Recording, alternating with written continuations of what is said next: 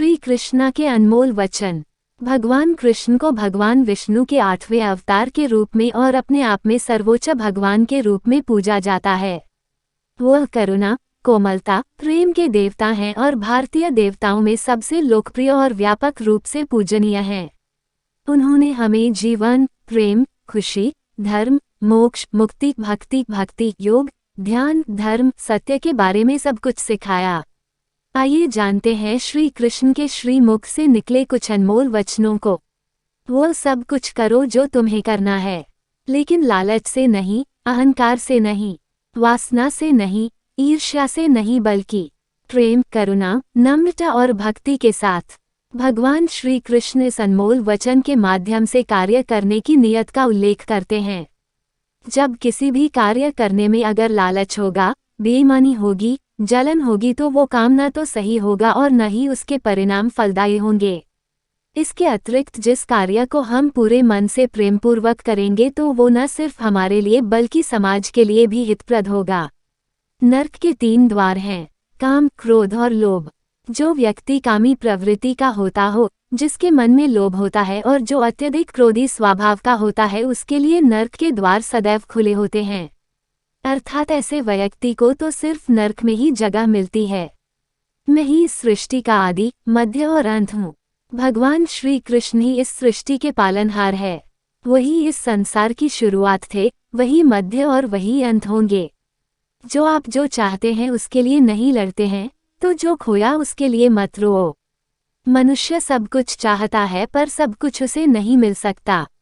आपको जो नहीं मिला उसके लिए पश्चाताप मत करो और जो आपसे खो गया, जो आपसे अलग हो गया, उसके लिए निराश भी मत हो।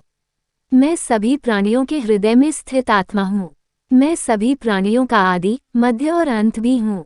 हर व्यक्ति श्री कृष्ण से जुड़ा है और श्री कृष्ण हर व्यक्ति से जुड़े हैं। वही हमारे आदि, मध्य और अंत है। ठंड या गर्मी, सुख या दर्द का अनुभव करें। ये अनुभव क्षणभंगुर हैं, वे आते हैं और जाते हैं। उन्हें धैर्यपूर्वक सहन करें। समय एक सा नहीं रहता। आज दुख है तो कल सुख भी आएंगे और सुख के बाद दुख भी आना स्वाभाविक है। आपको पूरे धैर्य और श्री कृष्ण पर विश्वास के साथ अपना जीवन निर्वाह करना चाहिए। सत्य कभी नष्ट नहीं हो सकता। अच्छा करने से नहीं डरना चाहिए। लोग अक्सर सच कहने से बचते हैं या डरते हैं, पर सत्य कभी छुप नहीं सकता और न ही कभी मिट सकता है। कितना भी छुपा ले पर सच तो उजागर हो ही जाएगा। इसलिए जो बात सच पर आधारित हो उसे करने या कहने और मानने से कभी नहीं डरना चाहिए। इस शरीर का मोह मत करो, ये तो माटी है, माटी में मिल जाएगा। अमर तो आत्मा है जो परमात्मा में मिल जाएगी।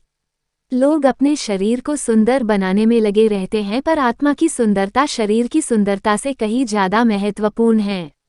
शरीर तो नश्वर है, मिट्टी ही तो है, तो मिट्टी में ही मिल जाता है, पर आत्मा अमर है, इसलिए आत्मा की सुंदरता पर ध्यान दो। आत्मा की सुंदरता अपने को श्री कृष्ण में लीन करने में मिलती है।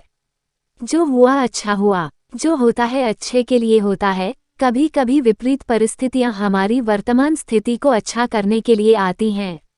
मन चंचल है, इसे और संयमित करना कठिन है, लेकिन यह अभ्यास से वश में हो जाता है।